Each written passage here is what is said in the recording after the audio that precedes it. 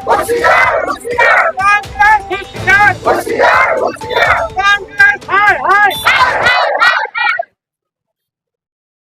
back! Go back! Go back! Congress, Mundabad! Mundabad! Mundabad! Mundabad! Mundabad! Mundabad! Congress, Mundabad! Mundabad! Mundabad! Congress, high! Congress, high!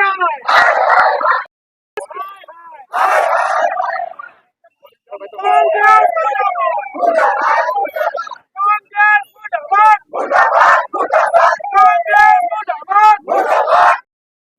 Hoशियार होशियार कांग्रेस होशियार होशियार कांग्रेस होशियार होशियार कांग्रेस मुर्दाबाद मुर्दाबाद मुर्दाबाद कांग्रेस मुर्दाबाद मुर्दाबाद मुर्दाबाद कांग्रेस हाय हाय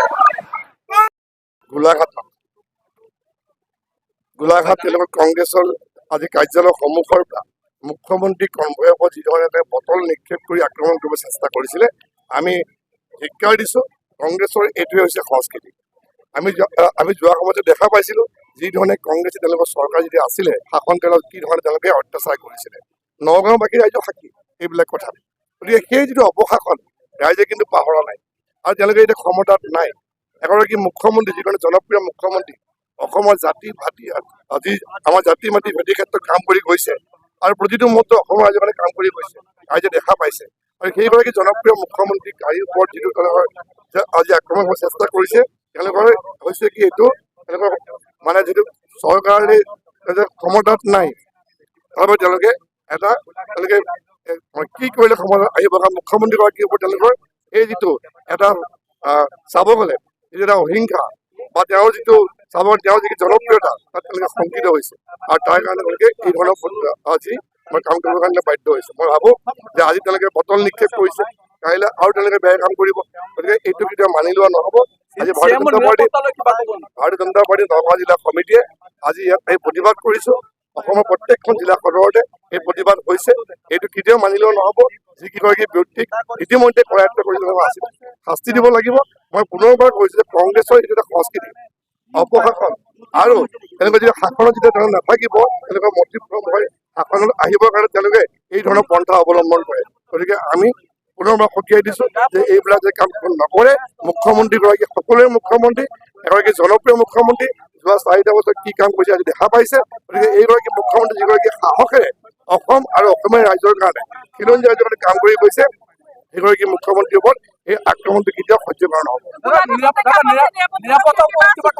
প্ৰথম কথা হৈছে কি যেতিয়া ৰাজনৈতিক দলৰ সন্মুখেদি যেতিয়া এটা কনভয় যায়, যদি ভাৰতীয় জনতা পাৰ্টি যদি আমাৰ কাৰ্যালয় হয় তেতিয়া আমি কেতিয়াও নাভাবিম যে তাৰ পৰা কোনোবাই বটল নিক্ষেপ কৰিব।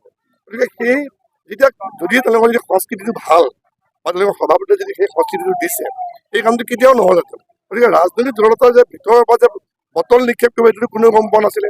কিন্তু পিছত আমি গম পালোঁ যে এই যে যিটো সংস্কৃতি তেওঁলোকৰ আছে তেওঁলোকক এইটো শিকাই দিছে যে কনভয়টো যাব বটল নিক্ষেপ কৰিব, কাইলৈ বোলে পাথৰ নিক্ষেপ কৰিব।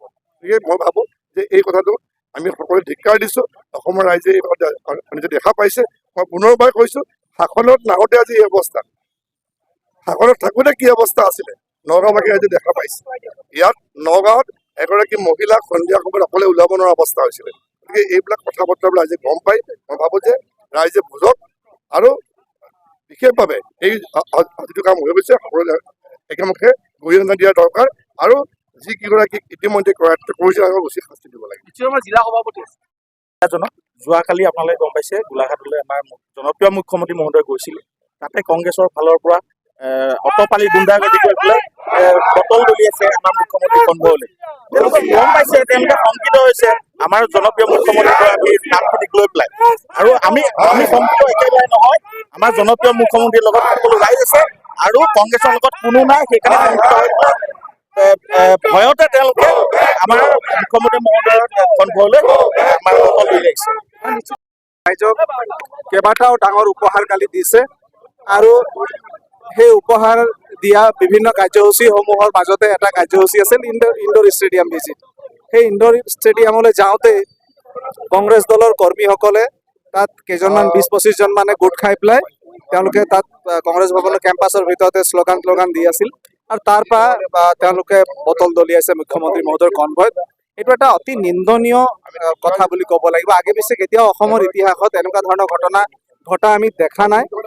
ইভেন মানে এই মানে 85তো আমি দেখা নাই এনেকুৱা ধৰণৰ মুখ্যমন্ত্ৰী কনভয়ৰ ওপৰত মানে এনেধৰণৰ মানে প্ৰথমবাৰৰ বাবে হৈছে।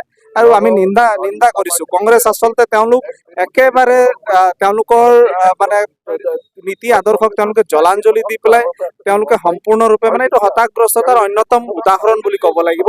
তেওঁলোকে অকল সংবিধান ৰক্ষাৰ কথা কয়, কিন্তু সংবিধান যে তেওঁলোকে নামানে, তেওঁলোক যে গণতন্ত্ৰৰ ওপৰত বিশ্বাস নকৰে, তেওঁলোকে গণতন্ত্ৰ মূল্যবোধক যে সন্মান নিদিয়ে, সেই কথাটোৱে প্ৰমাণ হৈছে। নিশ্চয়